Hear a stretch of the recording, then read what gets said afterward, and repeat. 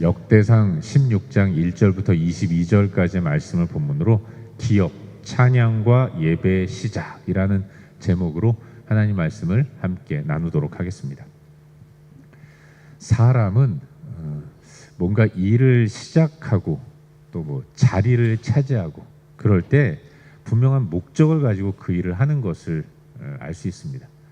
내가 어떤 사업을 시작할 때, 그런가 하면 취업을 할 때, 또 어떤 분이 공직에 나간다면 공직의 자리에 앉을 때, 그때 그걸 통해서 이루고자 하는 목적이 분명히 있는 겁니다. 그런 목적 없이 그냥 그 일을 하고 또 뭐 취업을 하고 또 공직에 앉고 이러면 자기도 힘들지만 주변 사람들도 굉장히 어려워지는 것을 많이 목격하게 돼요. 자리가 목적이 되면, 일이 목적이 되면 굉장히 어려운 그런 상황 가운데 빠져드는 겁니다. 사람이 그래요, 여러분. 그런데 하나님도 마찬가지라는 겁니다. 우리 인간이 그러한 것처럼 하나님도 그렇다는 거죠. 하나님도 당신께서 그리시는 꿈과 비전이 있다는 겁니다. 그 일을 이루시기 위해서 하나님은 지금도 역사하시고 일하고 계신다는 거죠. 우린 그걸 기억해야 하는 거예요. 하나님은 분명한 목적을 가지고 당신께서 갖고 계신 그림이 있다는 것을 우리는 인식하며 살아가야 하는 겁니다. 우리는 요즘 하나님 말씀 가운데서 역대상 말씀을 교회적으로 아침마다 묵상하고 있지 않습니까? 역대상의 중심 내용, 역대기의 중심 내용은 이스라엘의 왕정, 인간 왕이 세워지고 그 왕들이 통치하던 때의 내용들을 기록하고 있는 거예요. 전체적으로 한번 쭉 읽어보시면 좋을 것 같은데 9장까지가 이스라엘의 족보로 채워지고 있다면 10장부터는 이스라엘의 왕정, 인간 왕이 세워져서 통치되는 내용을 기록하고 있는 겁니다. 그렇다면 여러분, 역대기가 인간 왕들의 통치 내용들을 기록하고 있다면 역대 왕들 가운데 어떤 왕을 가장 비중 있게 그리고 가장 중요하게 다룰까요? 다른 건 몰라도 많이 양보해도 그래도 초대 왕 이야기만큼은 좀 많이 다룰 것 같지 않습니까? 이스라엘의 첫 번째로 세워진 인간 왕, 그는 어떤 사람이었고 어떤 길을 갔고 어떤 통치를 했고 그 재위 기간에 어떤 일이 있었는가, 이걸 역사책이라면 기록할 것 같다는 생각을 할 수 있습니다. 근데 여러분, 역대상을 읽어보면 역대 인간 왕의 시작인 사울의 이야기가 굉장히 짧게 다뤄지고 있다는 겁니다. 그것도 맨 마지막에 죽는 내용을 기록하고 있다는 거예요. 사울의 죽음. 사울이 블레셋과 전투를 하다가 길보아 산에서 큰 부상을 당합니다. 이제 거반 죽게 됐어요. 부상으로 피를 흘리며 죽든 아니면 블레셋 사람들에게 붙잡혀서 죽든 죽을 위기에 처한 겁니다. 이때 사울이 그래도 왕이니까 명예로운 죽음을 죽고 싶어서 블레셋 군사들에게 잡혀서 비참한 최후를 맞이하고 싶지 않아가지고 자기 부관, 무기 든 자에게 부탁을 하지 않습니까? 나 좀 죽여달라고. 부관이 무기 든 자가 벌벌 떨면서 못해요. 그러니까 이렇게 시간 지나다 보면 블레셋 군사들이 와서 자신을 붙잡을까 봐 그냥 칼을 세워놓고 그 칼에 자기가 엎드려서 자살을 하는 겁니다. 이스라엘 초대 왕이 그렇게 비참한 최후를 맞이하는 것으로 왕정의 첫 번째 임금인 사울의 이야기가 너무나도 간단하게 끝나버리고 만다는 것입니다. 그리고 나서 나오는 내용이 다윗 이야기예요. 다윗의 이야기는 굉장히 긴 분량을 할애해서 기록하고 있는 것을 보게 됩니다. 여러분, 역대상이 29장까지잖아요.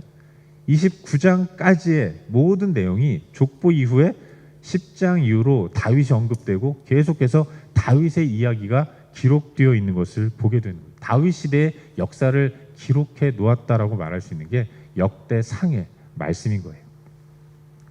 여러분, 다윗이 왕이 되었습니다. 다윗은 왕이 되어서 이 나라가 어떤 나라로 가야 할 것인가, 이런 그림을 확실하게 갖고 있는 사람이었다고 말할 수 있어요. 그가 어떤 그림을 가지고 있었나, 국가를 어떤 모습으로 이끌어 갈 것인가를 계획하고 있었는가, 그걸 보여주는 게 왕 위에 오르고 제일 먼저 한 첫 번째 일이에요. 그가 제일 먼저 뭘 했나, 그걸 성경은 보여주고 있는 겁니다. 여러분 뭐 다 아시겠지만 그래도 참고 삼아 말씀을 드리는 것이, 다윗은 사울이 죽고 곧바로 왕이 된 사람이 아닙니다. 이스라엘의 소위 말하는 두 번째 왕은 다윗이라고 볼 수 없어요. 사울이 죽고 그 아들들도 길보아 산에서 블레셋과 싸우다가 죽었습니다. 남은 아들이 있었어요. 이스보셋이라는 아들이 사울의 군대 장관인 아브넬을 후견인으로 삼고 두 번째 왕 위에 오른 겁니다. 다윗도 왕이 되기는 되었죠. 이미 사울이 왕 위에 있을 때부터 하나님이 사울을 패하고 이 나라를 다윗에게 주겠다라고 말씀하셨기 때문에 다윗도 알고 있고 주변 사람들도 많이 알고 있었기 때문에 다윗도 왕이 되기는 됐던 겁니다. 단 그는 자기가 속한 유다 지파만의 왕이 된 거죠. 그래서 헤브론이라는 지역에서 7년 반 동안 유다 지파만의 왕으로 지냈던 거예요. 이 기간 동안 약 7년 반 동안 다윗 가문과 사울 가문이 계속해서 다투고 싸우고 경쟁하는 거죠. 분열 왕국이 된 겁니다. 이 전쟁에서 하나님이 함께 하신 다윗 가문이 이기죠. 그리고 결국 다윗이 이스라엘을 통일하게 되는 거예요. 여러분, 다윗이 이스라엘을 통일하고 그래서 명실상부한 전체 이스라엘의 왕이 된 이후에 제일 먼저 한 일이 수도를 헤브론이, 자기가 머물고 있던 헤브론이 아닌 예루살렘으로 옮긴 일이었습니다. 제가 설교를 하기 위해서 그 참고 자료를 보니까 예루살렘은요, 정치색이 그렇게 뚜렷하게 나타나는 지역이 아니라고 하더라고요. 자기가 7년 반 동안 머물렀던 헤브론, 여기를 수도로 삼고 백성들을 이 헤브론 중심으로 모았다면 아마 반발하는 사람들도 많았을 거예요. 온 백성의 마음이 하나가 되어야 하는데 그렇지 못했을 거라는 거죠. 그래서 다윗은 예루살렘으로 도읍을 옮깁니다. 그 도읍에 자기가 머물 궁을 만드는 거예요. 그리고 여러분, 예루살렘은 영적인 의미도 있습니다. 예루살렘은 그 옛날 아브라함이 100세에 낳은 아들인 이삭, 이 이삭이 청년이 되었을 때 그를 하나님이 바치라 명령하셨기 때문에 죽여서 번제로 바치려고 이삭을 데리고 갔던 산이 모리아 산이지 않습니까? 예루살렘은 모리아 산을 끼고 있는 그런 지역이었던 거예요. 이 모리아 산 위에 하나님의 성전이 건축이 되었던 거죠. 한마디로 예루살렘은 하나님께 순종하려고 했던 거룩한 땅이었다라고 말할 수 있는 겁니다. 여러분, 도읍을 옮긴 다윗이 두 번째 하나의 목적을 가지고 그 다음 스텝을 갔습니다. 그게 바로 새로운 수도인 예루살렘에 하나님의 언약궤를 모셔오는 일을 했던 거예요. 다윗이 왕이 된 시점에서부터 약 70년 전에 하나님은 이스라엘을 떠나십니다. 이스라엘이 블레셋과 전쟁을 벌이면서 언약궤를 빼앗기게 되는 거예요. 하나님이 허락하시지도 않은 전쟁을 꾸역꾸역 기어이 하던 이스라엘이 번번이 패하니까 실로라는 지역에 있던 성막 안에 언약궤를 전쟁터로 가지고 와서 전쟁터 옆에다 세우고, 자기들 옆에다 세우고, 야, 이제 하나님 우리와 함께 하시니까 우리는 승리할 것이다 라는 생각을 가지고 전쟁을 벌입니다.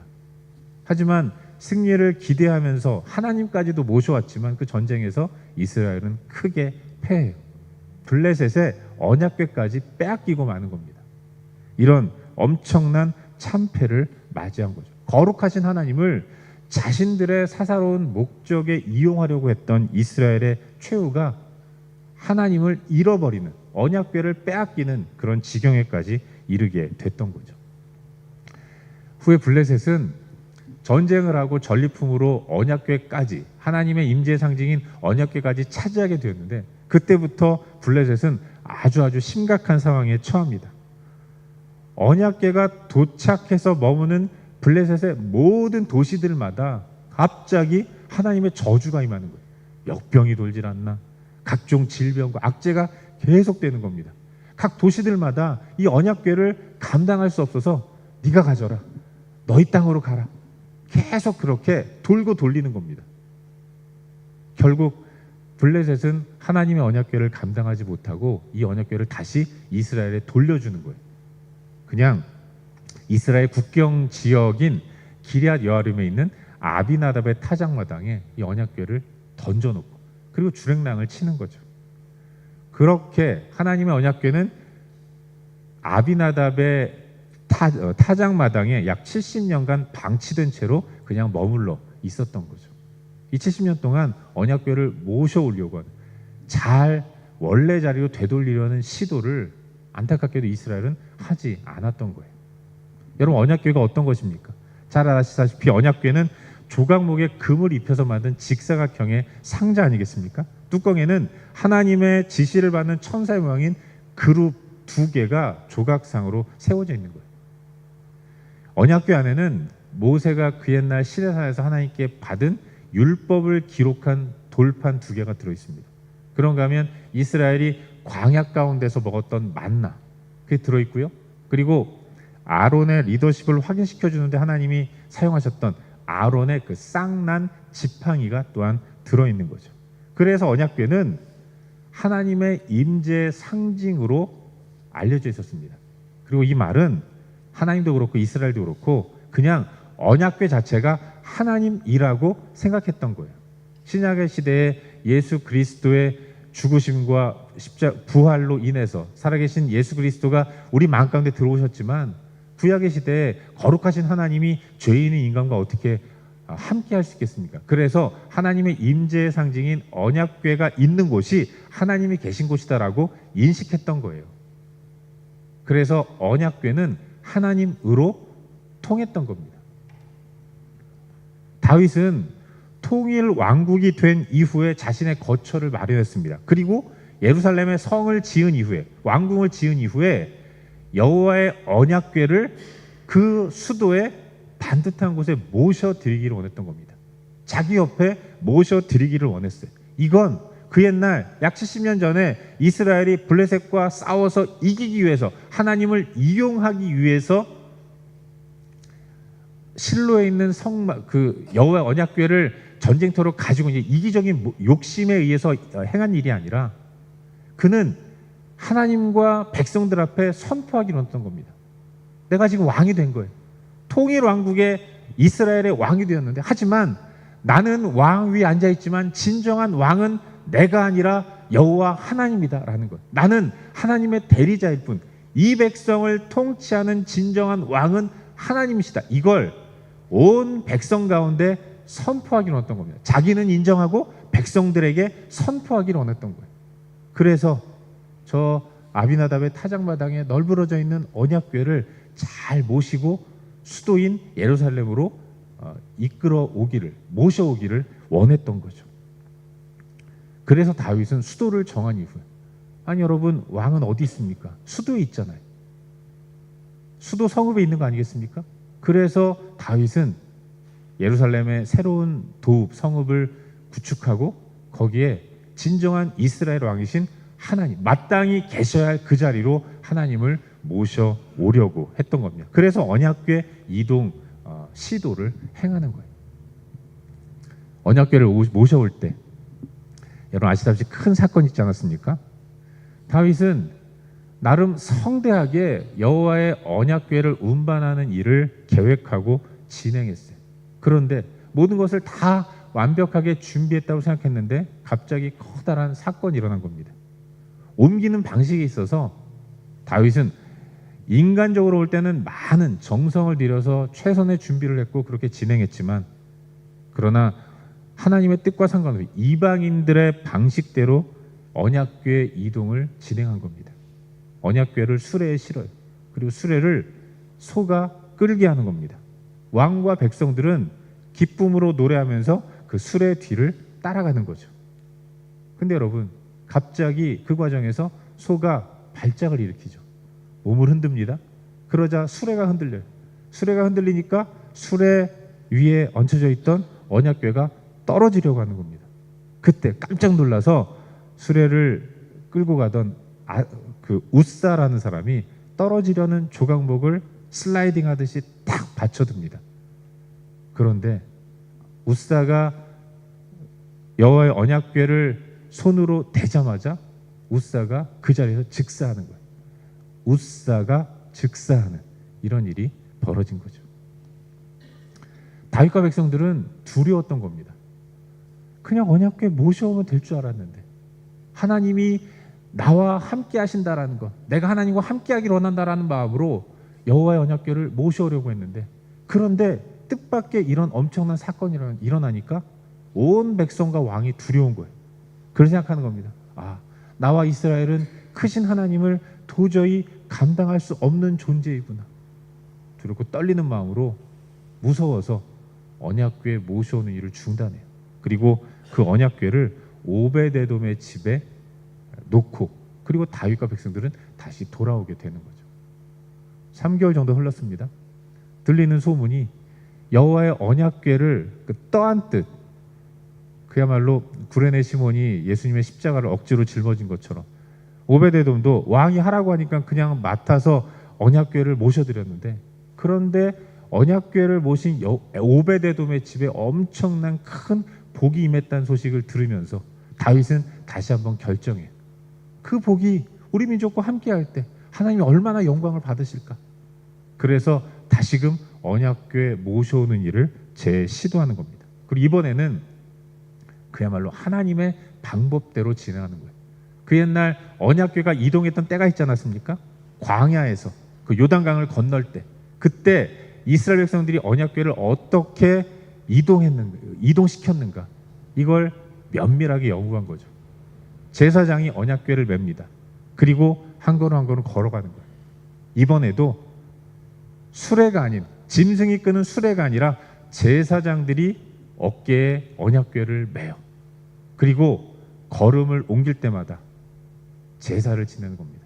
그렇게 지극정성으로 여호와의 언약궤를 옮기고, 그리고 옮길 때마다, 제사를 드릴 때마다 기쁨의 찬양을 올려드리고, 다윗은 춤을 추고, 이렇게 하나님을 기쁘시게 하는 방식으로 하나님의 방법대로 언약궤를 옮겨서, 그래서 비로소 안전하게 다윗 궁 옆에 있는 장막 위에 안에 여호와 언약궤를 안치하게 되는 거죠.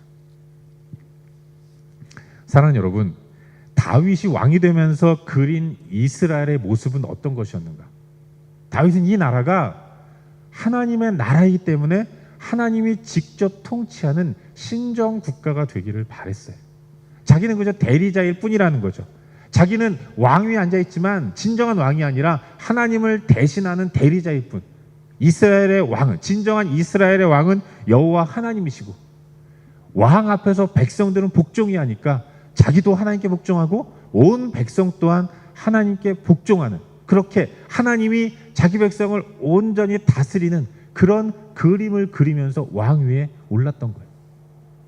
그리고 이건 우리 하나님이 다윗을 왕으로 세우시면서 그리셨던 그림과 정확하게 일치하는 것이었습니다. 아니, 하나님은 그 옛날 아브라함을 처음 갈대아 땅에서 부르실 때부터, 모세로 이스라엘 백성들을 대표해서 모세를 시내산에 올리시고 그와 언약을 맺으시면서 율법을 주실 때부터 바로 이런 그림, 하나님이 직접 자기 백성을 다스리시는, 내 백성 내가 다스린다라는 이런 그림을 갖고 계셨던 겁니다. 그리고 이제 다윗 시대에 그와 같은 일을 행하시는 거예요. 여러분, 하나님의 그림과 다윗의 그림이 정확하게 일치했을 때 어떤 일이 일어났는가? 이스라엘이 엄청난 부흥의 국가, 부강한 나라가 되었다는 겁니다. 부강한 나라를 만들기 위해 하나님이 필요했던 것이 아니라, 당연히 택하신 하나님이 우리의 왕이지, 하나님이 우리의 왕이기 때문에 나는 하나님의 말씀에 순종하며 인도하심만을 따라가야 한다라고 선포했던 이스라엘은 하나님 인도하시니까 자연스럽게 주변의 열방의 모든 나라들 가운데 뛰어난 최고의 나라가 될 수 있었던 겁니다. 부국강병, 그건 하나님과 함께할 때 자연스럽게 이루어졌던 거예요. 정말이죠, 여러분. 다윗의 시대는 역사상 전무후무한 시대였습니다. 이스라엘이 세워지고 지금껏 앞으로도 이런 영광은 없었다는 겁니다. 여러분, 지금도 이스라엘 사람들은 다윗의 시대를 하나님의 선물이라고 표현을 합니다. 하나님이 자기 백성 이스라엘을 사랑하셔서 다윗이라는 선물을 주셨다고 생각해요. 그만큼 다윗이 왕으로 통치할 때는 엄청난 부흥이 일어났다는 겁니다. 여러분, 이스라엘 사람들은 아직도 역사 속 인물 가운데 가장 사랑하는 사람을 대라고 할 때는 다윗을 꼽습니다. 다윗은 하나님 때문에 엄청난 사랑을 받은 사람이었어요. 이스라엘의 국기가 있지 않습니까? 이스라엘의 국기가 별이에요. 그 별이 다윗의 별입니다. 그 정도로 다윗 통치 시대의 이스라엘은 역사상 최고의 시대였다고, 앞으로도 그런 시대가 오기를 바라고 원하고 기다립니다, 소망하면서 기도할 정도로 다윗은 엄청난 부흥의 나라를, 부강한 나라를 만들었다는 거죠. 하지만 이 일은 다윗이 만든 겁니까? 그게 아니라 하나님이 하신 거예요. 다윗은 그저 도구로 쓰임 받았을 뿐이지 하나님이 당신의 마음에 합한 다윗을 통해서 자기 백성에게 하고 싶은 일 다 하신 겁니다. 하나님이 백성들에게 베풀고 싶으신 은혜를 다 베풀어 주시니까, 그러니까 나라는 자연스럽게 부국 강병이 이루어지고 모든 나라들이 다윗의 이스라엘을 두려워하면서 머리를 조아리고 또 그의 영향을 받는 그런 나라가 되었던 거죠. 사랑하는 여러분, 우리도 마찬가지입니다. 다윗이 언약궤를 모시고 하나님의 인도만을 따라 나아간 모습, 이건 하나님이 자기 아들을 주시기까지 우리를 구원해 주셨는데, 우리를 구원하실 때 우리를 통해 그리셨던 그림이라는 것을 잊지 말아야 돼요. 하나님은 나를 구원하셨습니다. 구원한 나를 하나님이 직접 인도하시고 이끌고 통치하기를 원하세요. 왜냐하면 바로 그런 모습이 우리 안에 진정한 행복과 풍성함을 줄 수 있기 때문에 그런 겁니다. 여러분, 천국이 어떤 삶이 이루어지는 곳이겠습니까? 천국은 뭐 금은보화가 넘쳐나고 뭐 원하는 것은 다 이루어지고 그런 나라라기보다는 하나님이 자기 백성을 직접 통치하는 나라예요. 우리가 천국에 가면 그런 어떠한 제약과 어떠한 갈등도 없이 오직 여호와 하나님만의 통치만을 받게 될 것입니다. 그래서 우리 삶에 갈등도 없고 번민도 없고 풍성함만이 넘쳐나는 그런 삶을 살게 될 거라는 거죠. 하나님이 그리시는 그림, 자기 백성을 향해서 갖고 계신 그림이 그와 같다는 것을 우리는 잊지 말아야 하는 겁니다. 그리고 여러분, 언약궤가 하나님의 임재의 상징이고, 그래서 언약궤를 하나님이라고 한다면 하나님의 언약궤가 옆에 있고 언약궤와 함께하면서 그 언약궤이신 하나님의 영향을 받는 삶이 복되고 풍성하다는 것을 다윗 시대를 통해서 우리가 바라볼 수 있다면, 여러분, 요즘 이 시대, 우리 시대에 언약궤는 어디에 있습니까? 언약궤는 내 마음에 있는 거예요. 예수 그리스도께서 부활하시고 우리 마음 가운데 뚫고 들어오셔서 우리의 모든 죄를 맑게 씻어주시고 의롭다 칭해주신 이후에 의로운 우리와 함께 하고 계신 겁니다. 하나님이 언약궤라면 하나님 지금 내 마음 가운데 계시기 때문에 내 마음에 언약궤가 지금도 있는 것입니다. 그렇기 때문에 우리는 하나님의 인도만, 언약궤의 인도만을 따라 나아가야 하는 것입니다. 하나님이 함께 하시는 자의 삶, 그 자체가 풍성함이고 그 자체가 영광이고 그 자체가 행복인 겁니다. 그래서 우리는 내 마음 가운데 계신 언약궤이신 여호와 하나님의 인도만을 따라 나아가야 하는 겁니다. 언약궤는 마음에 있어요. 근데 그냥 있기만 합니다. 아무런 영향도 받지 않아요. 꺼다 놓은 보릿자루 마냥 내 마음에 언약궤 있다는 거, 그래서 어쩔 겁니까? 진정한 여호와 하나님의 인도만을 따라 나아가는 삶, 그게 성도인 우리의 삶의 모습이어야 한다는 것, 여러분 그걸 잊지 마시길 바라요. 바라기는 우리 마음에 언약궤가 있다는 사실, 우리 마음에 하나님이 계신다는 사실을 한순간도 잊지 마시고 나를 다스리시는 하나님의 통치를 따라서 내 인생의 주인 되는 권리를 주님께 드리고 그렇게 주님만 붙들고 나아가는 저와 여러분, 우리 모두가 될 수 있기를 주의 이름으로 축원합니다. 한 가지만 더 묵상하기를 바라는데요. 여러분, 오늘 본문을 보시면 다윗이 언약궤를 무사히 안치한 이후에 하나님께 제사를 드립니다. 백성들과 함께 번제와 화목제를 올려드려요. 그리고 나서 백성들과 음식을 나누면서 축복하는 거죠. 그 후에 다윗은 레위 사람들로 찬양대를 조직해서 찬양하게 합니다. 그리고 그 찬양대 수장으로, 요즘 말로 하면 각 교회 성가대 대장 있지 않습니까? 성가대장으로 아삽이라는 인물을 임명하게 돼요. 근데 여러분, 찬양대로 세워진 아삽 이하의 레위인들에게 다윗이 찬양하라 명령하면서 주문하는 것이 있어요. 너희는 찬양해야 한다. 그런데 찬양하기 이전에 반드시 이걸 하라라고 명령하는 겁니다. 그 명령이 뭘까요? 그게 바로 기억하라는 겁니다. 우리 다 같이 오늘 본문 가운데 12절, 13절 한번 읽어볼까요? 12, 13절 함께 읽겠습니다. 시작. 그의 종 이스라엘의 후손 곧 택하신 야곱의 자손 너희는 그의 행하신 기사와 그의 이적과 그의 입의 법도를 기억할지어다. 아멘. 찬양대를 조직한 이후에 찬양하는 사람들에게 다윗이 당부하는 겁니다. 기억하라는 거예요. 뭘 기억합니까? 그의 행하신 기사와 그의 이적과 그의 입의 법도를 기억할지어다. 그가 행하신 기사, 이스라엘을 위한 기사예요. 그가 행하신 이적, 이스라엘을 위한 이적입니다. 그의 입의 법도, 이스라엘 백성들이 살아가야 할 삶의 방침이라는 거죠. 자기 백성을 사랑하셔서 전능하신 능력으로 엄청난 일들을 행하신 여호와 하나님, 지금껏 수많은 엄청난 기적을 베풀어 주신 여호와 하나님, 그 하나님이 우리에게 말씀하신 여호와의 법도, 이걸 분명하게 기억하라고 부탁하는 거예요. 또 뭘 기억하라고 합니까? 15절 한번 보십시오. 그의 언약 곧 천대에 명령하신 말씀을 영원히 기억할지어다. 이스라엘은, 다윗은 그 언약궤를 감당하지 못하는 사람이에요.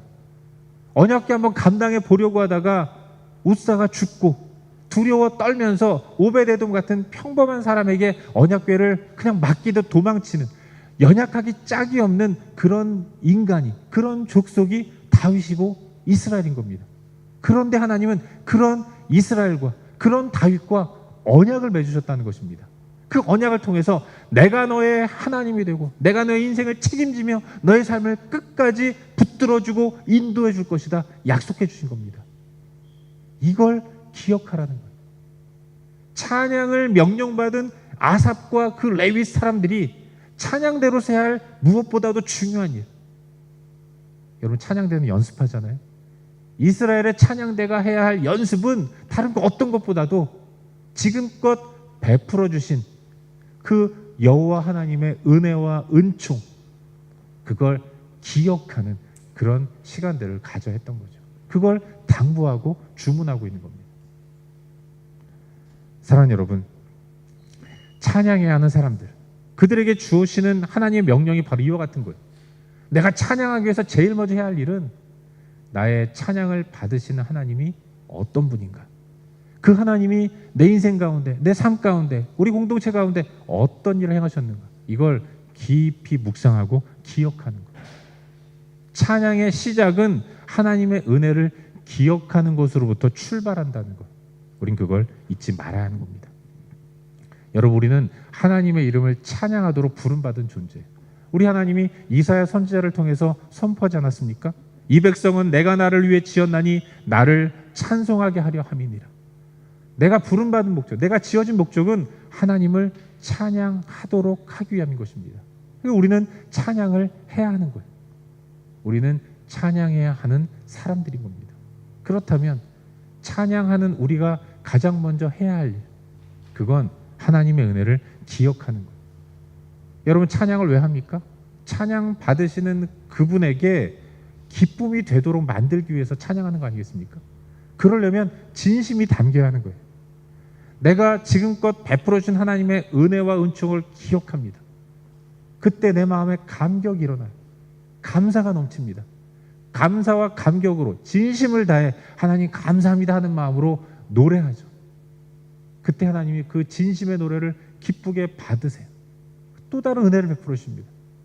하나님과 내가 그렇게 나는 진심을 다하고 하나님은 더 많은 은혜를 베풀어 주시고, 이와 같은 은혜와 진심이 서로 통할 때 하나님과의 더 깊은 친밀한 관계가 만들어지는 거죠.